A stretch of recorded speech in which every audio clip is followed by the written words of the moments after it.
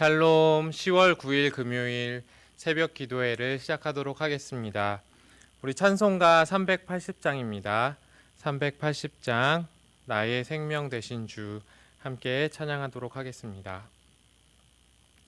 나의 생명 되신 주 주님 앞에 나아갑니다. 주의 흘린 보혈로 정케하사 받아주소서. 날마다 주를 찬송하겠네. 주의 사랑 줄로서 나를 굳게 잡아 매소서. 괴로운 세상 지낼 때 나를 인도하여 주소서. 주를 믿고 나가면 나의 길을 잃지 않겠네. 날마다 주를 찬송하겠네. 주의 사랑 줄로서 나를 굳게 잡아 매소서. 세상 살아갈 때에 주를 더욱 사랑합니다.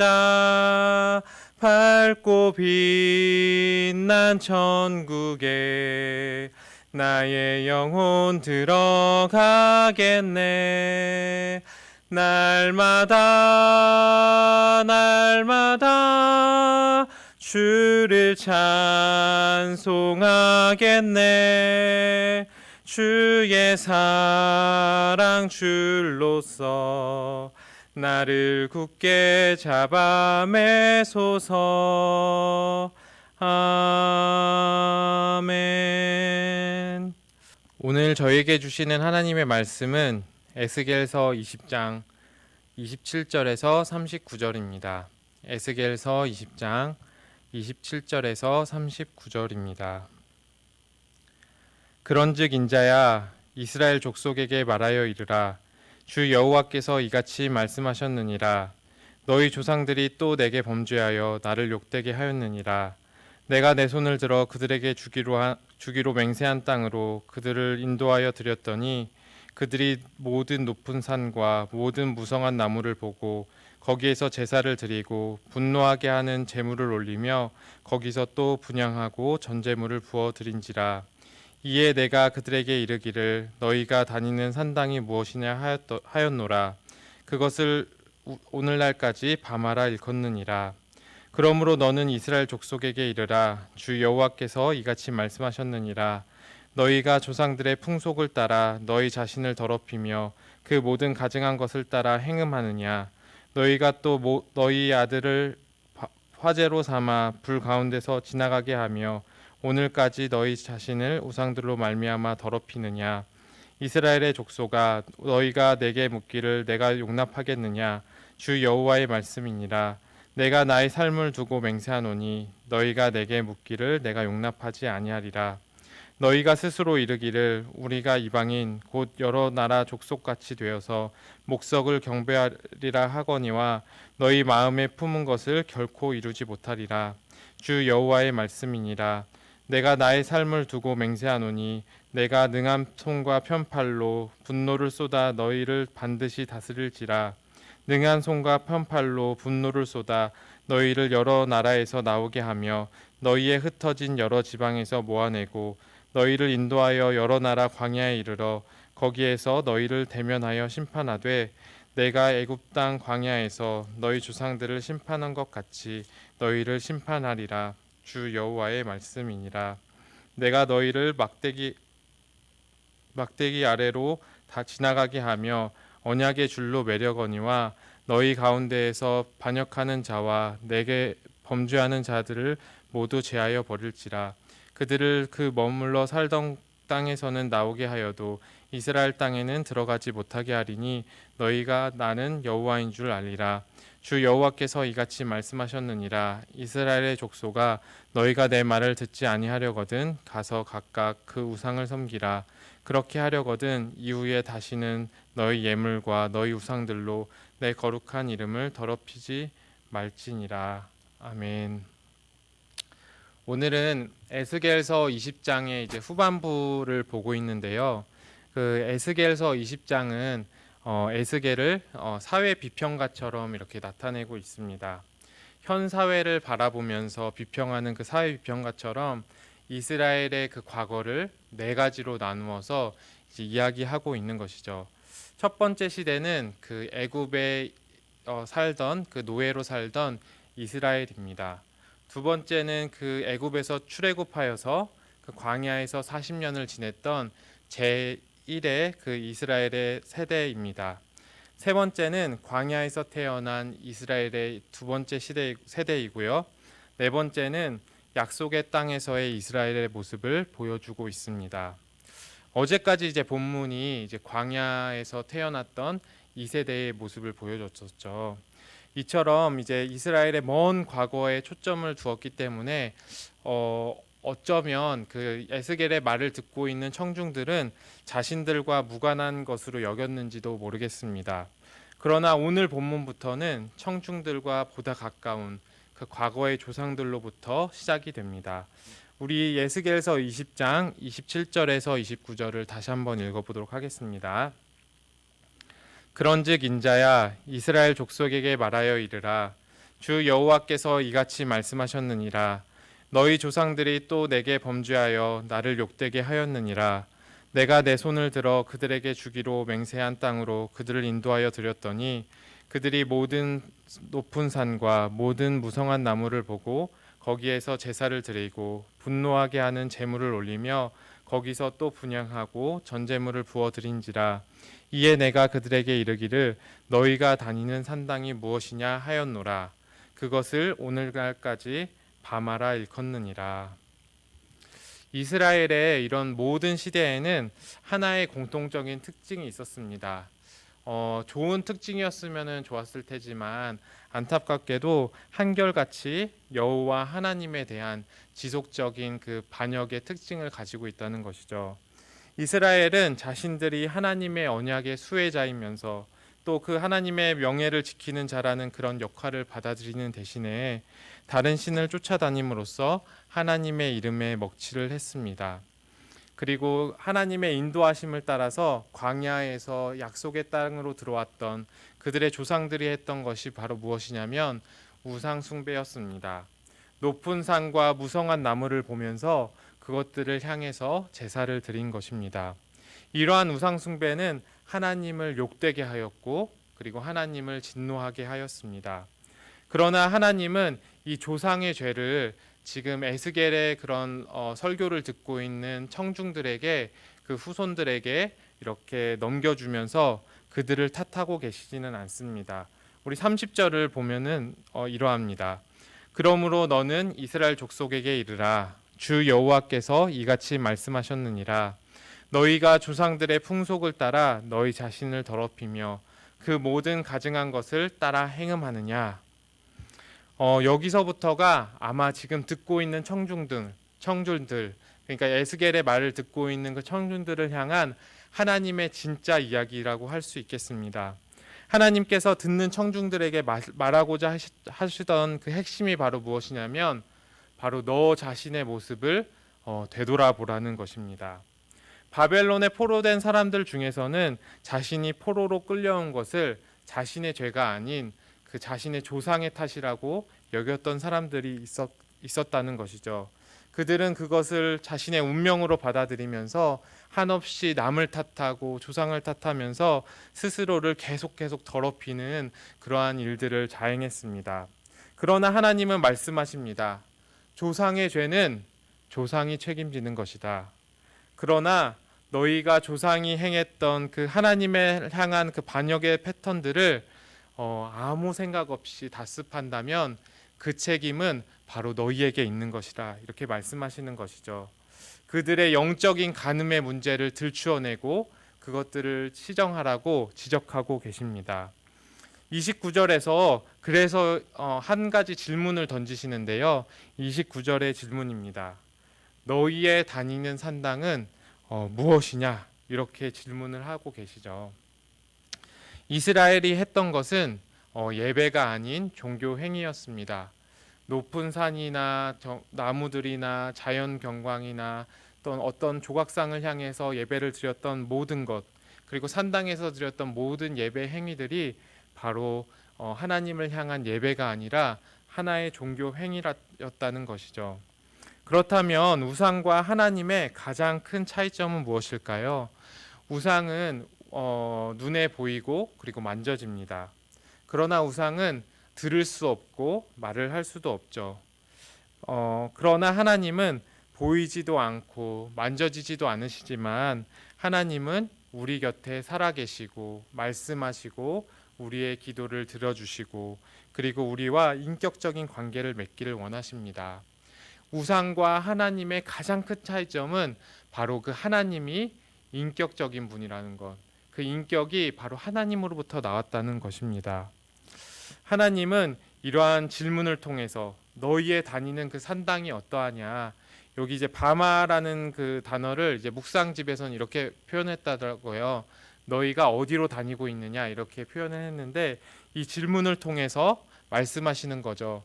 너희가 하고 있는 그것, 너희가 예배라고 말하고 있는 그것이 사실은 무엇을 향하고 있느냐, 어디로 향하고 있느냐에 대해서 말을 하고 계시고 그것이 진짜인지에 대해서 묻고 계십니다. 에스겔 시대에 그 이스라엘이 보여주었던 그 반역의 패턴들은 사실 새로운 것이 아니었습니다. 그 이스라엘 그 가나안 땅에 들어왔던 그 조상들이 보여준 패턴이고 그리고 그들이 들어오기 전에 광야 1, 2세대가 보여줬던 그 반역의 패턴, 그리고 애굽의 이스라엘, 더 나아가서 아담이 보여줬던 그 아담으로부터 흘려왔던 그런 반역의 패턴들이 끊임없이 계속 반복되어지고 있다는 것이죠. 우상을 숭배하기 위해 산당을 찾아다니던 유다 백성들의 그 허탈하고 그릇된 영성을 꾸짖는 그 하나님의 질문은 바로 거기에 있습니다. 너희가 다니는 산당은 무엇이냐? 너희가 어디로 다니고 있느냐? 물으심으로써 바로 자신을 돌아보고 자신의 조상들의 죄를 바라봄으로 또 자신을 돌아보는 그러한 것들을 원하시는 것이죠. 오늘 이 시대에 우리도 아마 그들과 다르지 않을 것입니다. 그렇다면 현대에 있는 우리에게도 하나님은 물으실 수 있겠죠. 너희는 지금 어디로 다니고 있느냐 말입니다. 우리는 어디로 다니고 있을까요? 우리는 어디를 헤매이고 있을까요? 무엇인가 정신없이 얻기 위해서 분주한 우리의 모습은 아닐까 생각이 됩니다. 어쩌면 우리의 인생은 끊임없이 다른 박질하고 있는 경주마와 같을지도 모릅니다. 내가 정해놓은 그 인생의 목표를 향해서 끊임없이 달려가는 것이죠. 그리고 어쩌면 그 내가 정해놓은 그 목표가 사실은 내가 원하는 것이 아니라 세상이 가리키는 그런 깃발을 향하고 있을지도 모르겠습니다. 우리가 그 깃발로 향하고 있을 때에 우리는 주변을 돌아볼 수 있는 여유는 전혀 없습니다. 이 방향이 옳은 방향인지 그리고 어디를 향하고 있는지 전혀 생각하지 못한 채 그냥 남들이 달려가는 그 방향대로 달려가고 경쟁하고 있다는 것이죠. 그러나 우리는 신앙 안에서 질문해 보아야 합니다. 나는 어디로 가고 있을까? 우리는 어디로 가고 있을까? 질문을 함으로써 우리는 우리의 삶과 그리고 신앙을 되돌아보고 이렇게 바라보아야 할 필요가 있습니다. 어제 503주년 종교개혁 집회가 첫 번째 있었습니다. 근데 그 개요 중에서 강사분께서 프로테스탄트라는 그런 말을 풀어 주셨어요. 이 말을 동사로 그 프로테스트라는 것이 항의하다라는 뜻이고 그 뒷부분이 하는 사람 이렇게 되어 있으니까 이 프로테스탄트라는 것은 결국에는 항의하는 사람이라는 이야기죠. 질문을 던지고 우리가 지금 그 현상에 대해서 그 본질에 대해서 질문을 던지고 그것에 대해서 끊임없이 수정하는 사람이 바로 프로테스탄트라는 것입니다. 루터 중앙교회의 이 최주은 목사님이 이제 루터에 대해서 또 이런 말씀을 하셨어요. 제가 한번 이야기해 드리겠습니다. 이 목사님께서 말씀하신 것은 이 루터도 시대의 아들이라고 이야기를 하고 있습니다. 어느 날 그 하늘에서 뚝하고 떨어진 그 특별한 존재가 아니라 루터도 다른 이들과 같이 그 시대를 살았던 한 사람이라는 것입니다. 중세라는 시대를 살았던 그 시대의 아들이라는 것이죠. 그런데 그가 달랐던 것은 질문할 줄 알았다는 것입니다. 루터는 성서를 통해서 깨달은 그 진리와 그리고 자신의 그 경험들을 세상을 향한 질문으로 바꾸어서 던질 줄 알았던 사람입니다. 그리고 그 질문에 끊임없이 답하고 반응하면서 그러한 종교계 개혁들을 이루어 갔다는 것이죠. 그리고 그것이 바로 프로테스탄트 전신이라고 이야기하고 있습니다. 이제 제가 이제 이러한 것들을 이제 조금 경험했던 것들을 살짝 나누려고 하는데요. 이제 제가 이제 이사를 하게 되어서 이제 이사를 다니기 위해서 이제 집을 여러 가지로 이제 군데로 알아보고 있습니다. 그런데 아무래도 이제 제가 원하고 가정이 원하는 그런 집들보다는 이제 저희 형편이 이제 그만큼 되지 않기 때문에 이제 생기는 그런 것들이 많이 문제점들이 많이 있더라고요.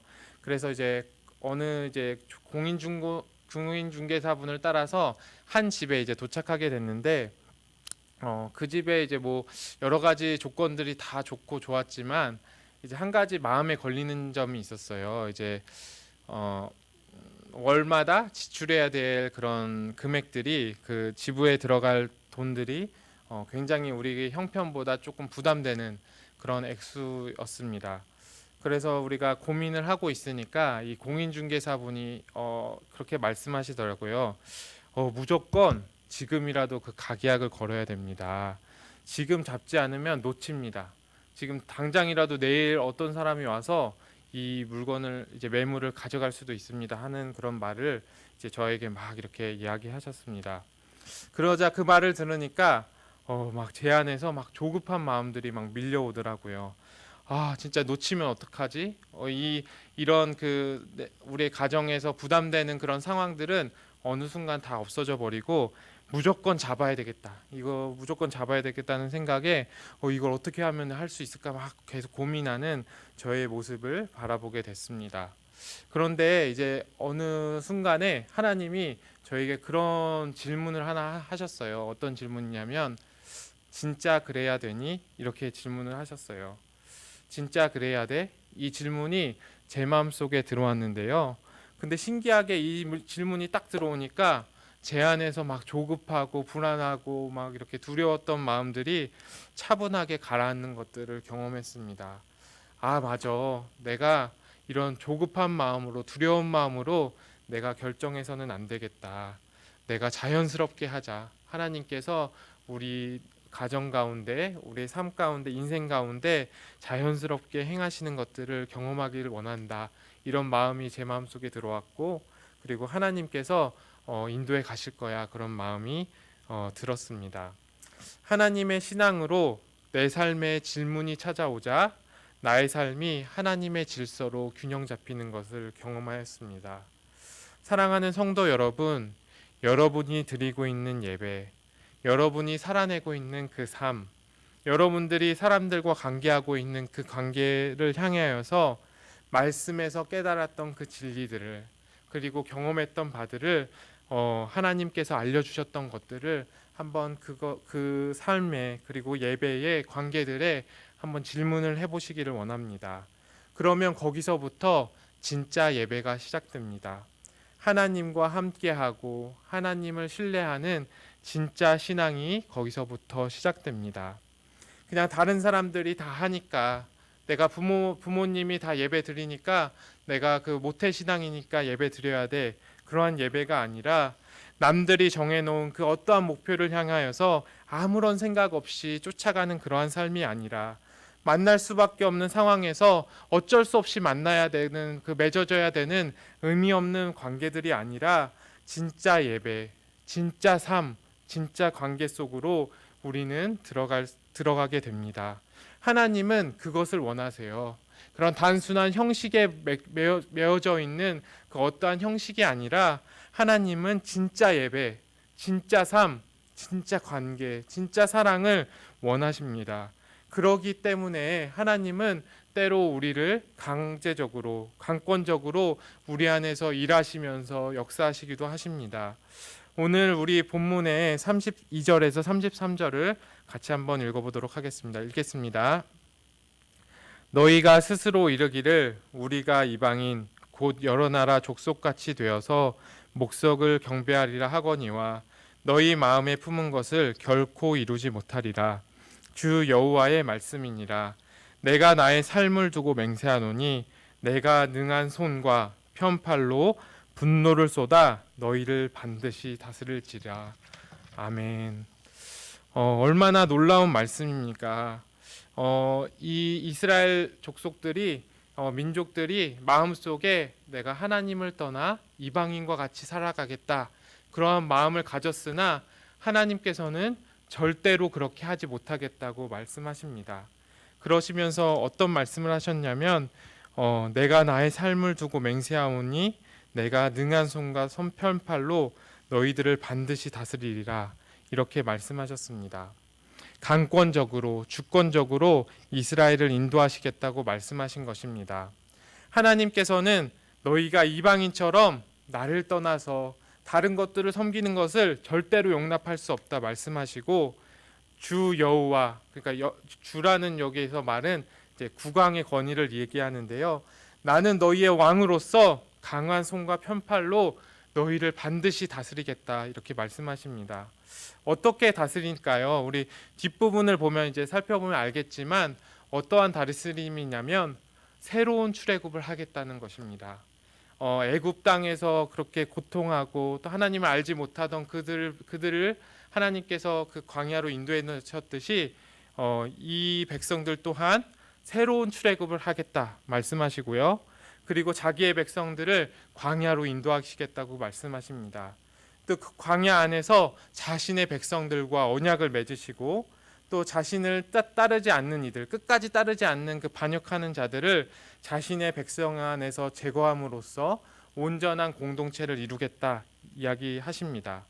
우리 37절에서 39절을 읽어보도록 하겠습니다. 내가 너희를 막대기 아래로 지나가게 하며 언약의 줄로 매려거니와 너희 가운데서 반역하는 자와 내게 범죄하는 자를 모두 제하여 버릴지라. 그들을 그 머물던 땅에서는 나오게 하여도 이스라엘 땅에는 들어가지 못하게 하리니 너희가 나는 여호와인 줄 알리라. 주 여호와께서 이같이 말씀하셨느니라. 이스라엘 족속아 너희가 내 말을 듣지 아니하려거든 가서 각각 그 우상을 섬기라.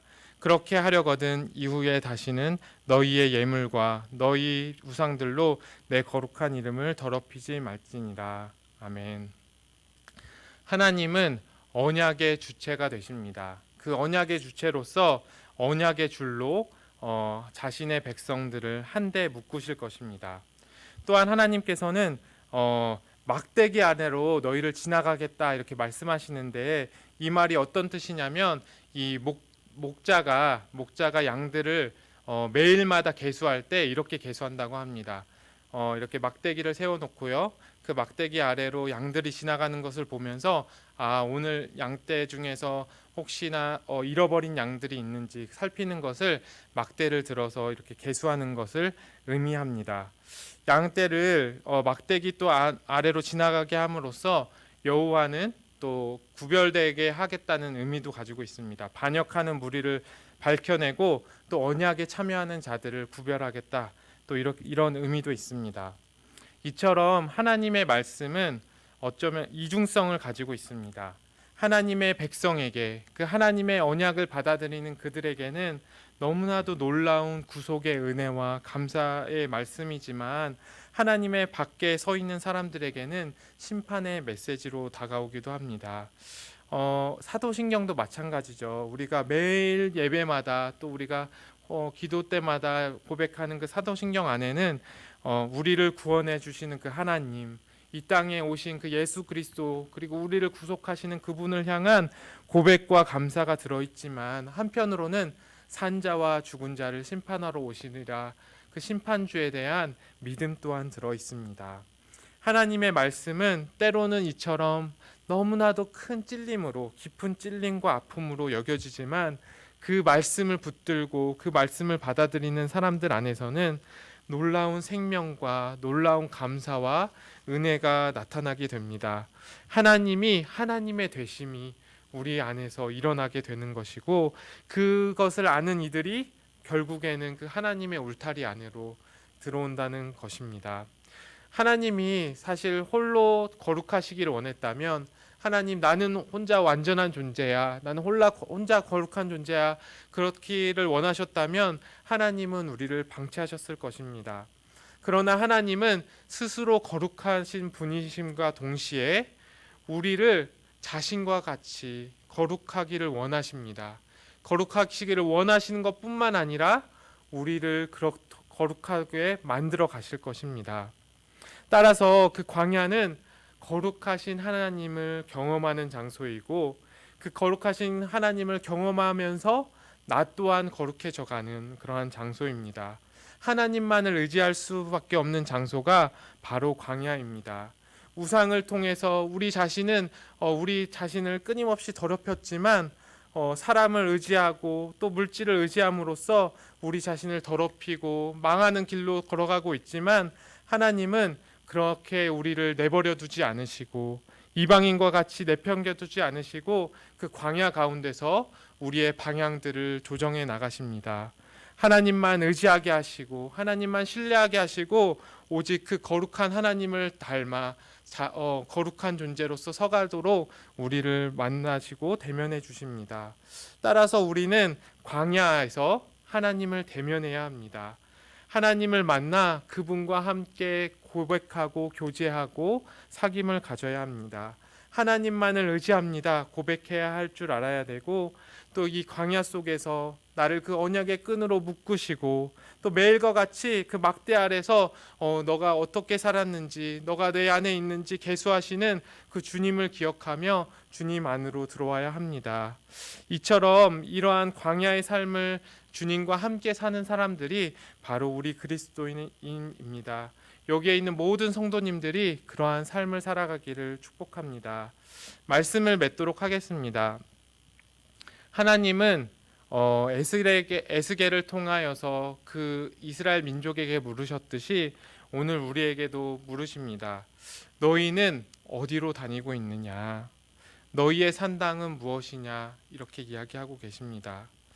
하나님을 예배한다는 것은 단순히 종교행위, 그러니까 하나님을 예배하는 그 어떠한 순서를 지켜서 하는 행위가 아니라, 하나님을 예배한다는 것은 인격의 하나님, 우리 인간과 인간이 서로 알아가듯이 그 인격의 하나님을 알아가고 교제하고 사귐하고 그리고 사랑하는 것이 바로 하나님을 예배하는 삶입니다.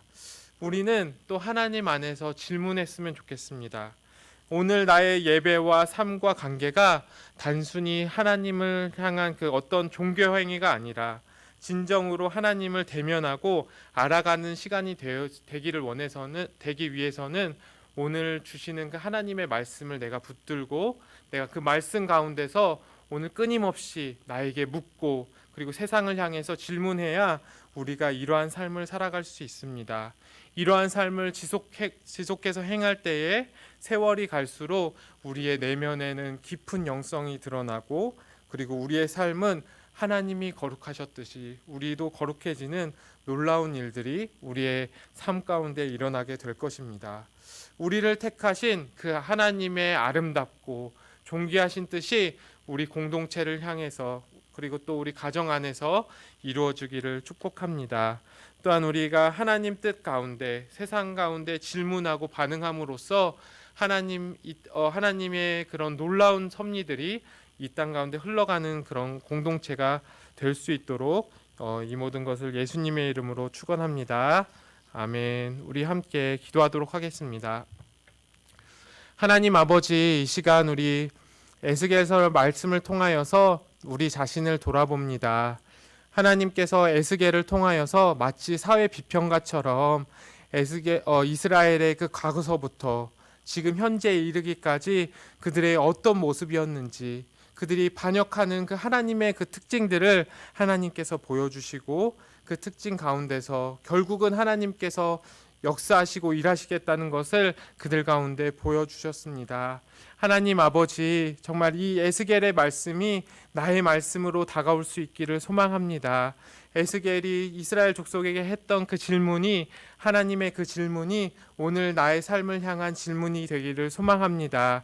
그리하여서 정말 너무나도 익숙해지고 딱딱해져 버린 그런 형식적인 그런 예배, 삶, 그리고 우리의 관계들이 아니라 정말 너무나도 풍성하고 너무나도 아름답고 너무나도 생명력이 넘치는 그런 예배와 삶과 그런 관계들로 우리가 나아갈 수 있기를 간절히 원합니다.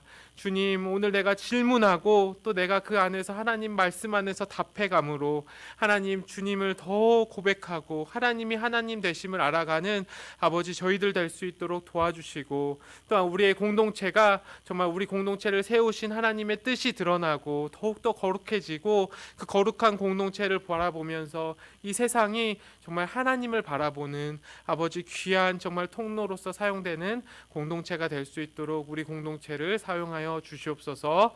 이 모든 건 예수님의 이름으로 기도드립니다. 아멘. 우리 주님이 가르쳐 주신 기도하도록 하겠습니다. 하늘에 계신 우리 아버지여, 이름이 거룩히 여김을 받으시오며 나라의 임하옵시며 뜻이 하늘에서 이루어진 것 같이 땅에서도 이루어지리이다. 오늘날 우리에게 일용할 양식을 주옵시고 우리가 우리에게 죄 지은 자를 사하여 준 것 같이 우리 죄를 사하여 주옵시고 우리를 시험에 들게 하지 마옵시고 다만 악에서 구하옵소서. 대개 나라와 권세와 영광이 아버지께 영원히 있사옵나이다. 아멘. 우리 말씀을 기억하면서 우리 기도했으면 좋겠는데요. 우리 첫 번째 기도 제목은 나의 모습을 돌아보면서 기도했으면 좋겠습니다. 나의 예배는 단순히 종교 행위를 하고 있는 것은 아닌지, 나의 삶과 그리고 내가 살면서 맺어가는 그 관계들이 단지 의미 없는 그 행동들을 반복하고 있는 것은 아닌지 돌아보았으면 좋겠습니다. 그 돌아봄은 하나님의 진리를 마음에 받아들이고, 그리고 하나님의 그 진리 안에서 경험한 그 경험을 가지고 질문을 하면서 답을 해갈 때 찾아갈 수 있습니다. 그래야 하여서 인격의 하나님을 예배하여 그 대면하여 더 깊은 교제와 사귐으로 나아갈 수 있도록 진짜 예배, 진짜 삶, 진짜 관계를 회복할 수 있도록 기도해 주시기 바랍니다. 우리 두 번째로 기도할 때는요, 공동체를 위해서 기도하겠습니다. 하나님은 이스라엘이 가졌던 그 마음, 그 잘못된 마음, 하나님을 떠나 다른 것을 우상을 섬기려고 하는 그 마음을 멈추게 하시고 오늘 왕 대신 하나님의 주권으로 그들을 반드시 다스리겠다고 말씀하십니다.